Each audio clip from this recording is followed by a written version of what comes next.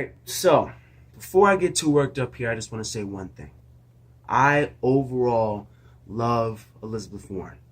I feel like she is a genuine politician. Her heart is in the right place. And I think that matters, man. That matters. There's so many fake, disgusting, vapid, empty suits in politics, dog. And when you have somebody who genuinely cares, I think that just matters. That matters. So overall, I love Elizabeth Warren. But there are very clear, distinct reasons why I do not support her in the 2020 Democratic primaries. And I'm going to get into that right here, right now. But again, first, let me preface this by saying, on issues of economic policy, you talk about tax policy, you talk about financial regulation, you talk about trade, economic populism, economic policy, she is up there. She is up there as one of our strongest and fiercest progressive advocates. She's been there, dog, ever since the 2008 recession.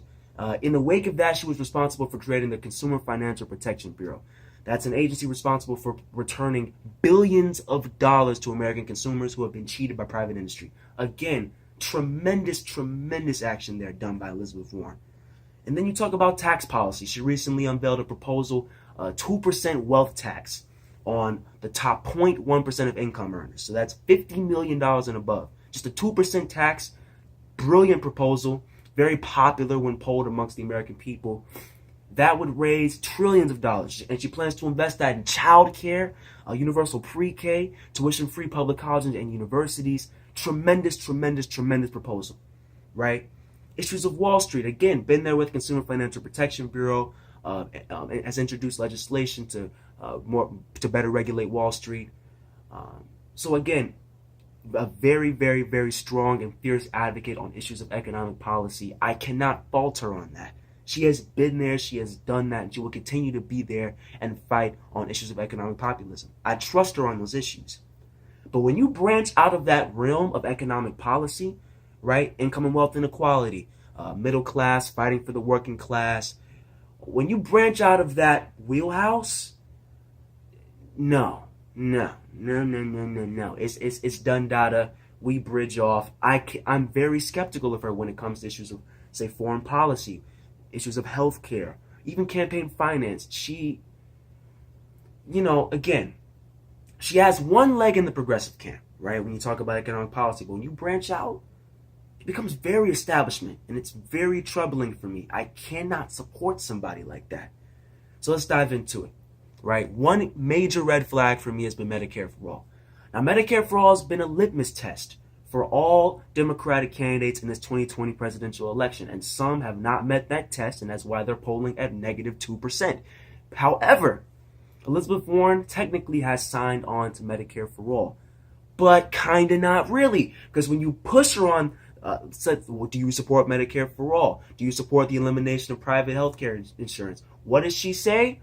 Oh, well, I mean, yeah, kind of, maybe, no, sort of, I don't really know. I keep the main goal in mind, right? We want to ensure health care to all citizens. Health care is a right. So, whichever way we get there, it's the way we get there. See, you lost me. You lost me. You cannot win that healthcare fight coming in with the mindset like that. Plain and simple. If you come into the healthcare fight already giving up, already compromised, already saying, I'm going to bend on the initial policy promise of Medicare for All, you have already lost. You are taking on private health industry giants. You are taking on the corporate Democratic establishment. You are taking on the Republican Party. You are taking on billions of dollars worth of political power and economic power. You do not have any room for leverage, right? What am I trying to say? You do not have any room to walking back on the initial promise, right? You have no room for compromise. You have to come in with an iron fist and say, this is what we want. I will apply political pressure wherever we can. I will make your life a living hell if you do not support this policy. That's how you have to come in. You have to have unwavering support. And that's what Bernie has, and that is why I trust him on that issue. But I have no trust in her on the issue of Medicare for All. If you're already saying, maybe kind of, sort of, Medicare for capping it at 50 sounds good, public option sounds good. No, Don't come into the fight already compromised, or quite simply, you will lose. You will lose. We will come out with something marginally better than what we already have in the Affordable Care Act. And we will lose. We will flat out lose. People will continue to die because they don't have access to health insurance. Tens of millions of people across the nation will continue to not have access to health insurance. We will be screwed. So again, a tremendous red flag there. The fact that she just doesn't come out and just declare unwavering support for that issue shows to me that she is not committed. She would not fight as hard as we would need her to on that issue. All right?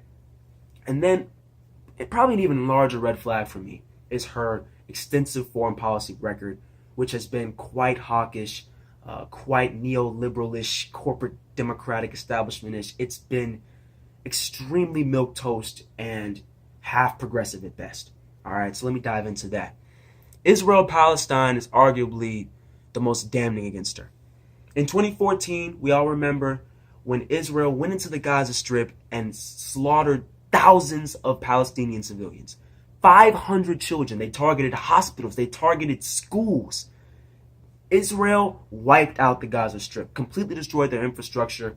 The UN declared that it might be unlivable, absolutely unlivable by 2020. It was just disastrous. It was absolutely disastrous. And guess what Elizabeth Warren said on that? She said, I'm paraphrasing here very directly, she said, you know, when Hamas is using civilian shields, when it's using schools and hospitals as civilian shields, Israel has a right to defend itself. They are justified. So they're justified. They have the right to go into the Gaza Strip and slaughter thousands of innocent people. 500 children. Children. Target schools and hospitals and power plants. Are you serious? Are you serious? And even then, continuing on with this red flag of Israel-Palestine, she has very cozy and tight support from AIPAC. AIPAC is a pro-Israel right-wing group that lobbies very heavily in American politics, spends millions every election cycle. She has a very cozy relationship with them. Another huge red flag on her foreign policy. All right, Venezuela. You know, we've all been making this huge deal in the American media and politics about Venezuela, how they're falling apart, this communist nation, Maduro, again, terrible leader, blah, blah, blah. I'm not saying Maduro is a great actor. I'm saying he is terrible. I completely agree with you on that point. But she supported the disastrous economic sanctions from this country on Venezuela, which, according to estimates, is responsible for the deaths of 40,000 Venezuelans. That is a tremendously stupid policy. Why do we continuously support regime change when there is absolutely no need for it? It's ridiculous. Bernie Sanders stood firmly against it. Elizabeth Warren supported economic sanctions against Venezuela. She also supported sanctions against Iran. Again, what the fuck are we doing? Why are we supporting economic sanctions in an offensive assault on this country's economy that did nothing to us? This makes no sense. What the fuck are we doing? She supported economic sanctions on Iran. Bernie Sanders did not. So, we've already seen 3 distinct and clear red flags on just her foreign policy record alone. Statements and votes that she made. But this right here, some of y'all may not know this, but this was the line in the sand for me. I was like, absolutely hell no, this is ridiculous.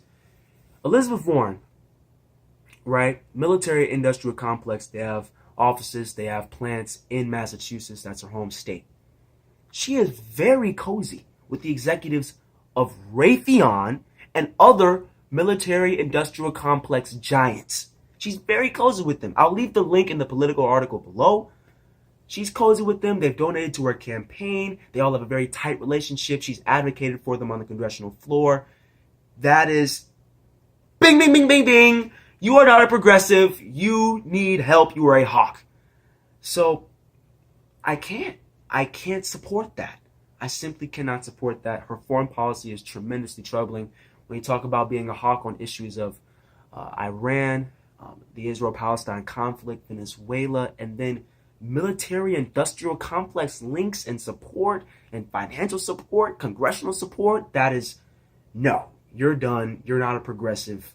You will absolutely not have my support. And then again, hate to be the bearer of bad news and bring this up again. She didn't endorse Bernie Sanders. Come on, man. She didn't endorse Bernie Sanders. There was a clear and distinct choice between a centrist, milquetoast, corporate, neoliberal, destructive Democrat in Hillary Clinton. And then you had Bernie Sanders, progressive lion, marched with MLK, been saying the same exact stump speech for 50 years, been fighting as hard as he possibly could for the same exact set of issues for 50 years. The choice was clear. And she didn't make the right one. She said, I'm going to sit it out, and I'm going to choose the politically expedient route and choose whoever wins. And it ultimately was Hillary Clinton. That her endorsement could have been key. Elizabeth Warren's always been a very popular figure in American politics ever since she came on the scene. That could have been key. But instead, we were forced to now have President Trump. So, on that alone, and the litany of other progressive red flags against her record, I just can't. I can't. So for all those reasons, you talk about a very, very skeptical foreign policy record. You talk about another very skeptical record of public comments on Medicare for all. And then, of course, not endorsing Bernie Sanders. For all those reasons and more, I cannot support Elizabeth Warren in good faith. I will not support her as long as Bernie Sanders is in this race. Now, with all that being said, again, overall, I do love Elizabeth Warren, the person and the politician. And if Bernie, as I think he will, wins the Democratic nomination, I would love to see a Bernie Elizabeth Warren ticket. I think that would be freaking killer. I'd also love to see a Bernie Tulsi Gabbard ticket. I don't think that will happen as much, especially considering that Tulsi's so low in the polls and she gets eviscerated by the media 24/7. But I would love to support either one of those two tickets. I think they are the two most progressive candidates in this race. Let's say, save for Andrew Yang, who is unfortunately also polling at like 0.02%. So, again, I do want to make that clear. I would love to see that happen. So we'll see what unfolds. The debates are coming up in 3 weeks. I'm really looking forward to seeing who stands out the most. Again, I love Elizabeth Warren. I love Elizabeth Warren's economic populism. Her heart is in the right place. But I think that she has made too much of a concerted effort to fit into the party establishment. When you now are making comments saying that Israel had a right to go into the Gaza Strip and slaughter thousands of civilians, 500 children, target power plants, schools, and hospitals, you clearly need to brush up on foreign policy. You clearly are not a true progressive on that issue. When you're out here making statements not unequivocally supporting Medicare for all, that's a huge red flag. That's a huge red flag. And I think that for Bernie moving forward, Elizabeth has made a concerted effort to kind of match his economic populism. She's come in there with so much policy substance. And I think that Bernie has to match her on that front, show that he is the true and tried progressive on economic populism, but also on foreign policy. He has to make that a huge priority in these coming debates and throughout the primary fight. And if he does that, I think that he will consolidate enough progressive support to pull out this nomination. Because Biden will tank. He's already tanking, and he will continue to tank. So, again, for those reasons and more, I will not support Elizabeth Warren, but I would love to see her as a VP on a potential Bernie Warren ticket. So with all that being said, thanks for another good video, y'all.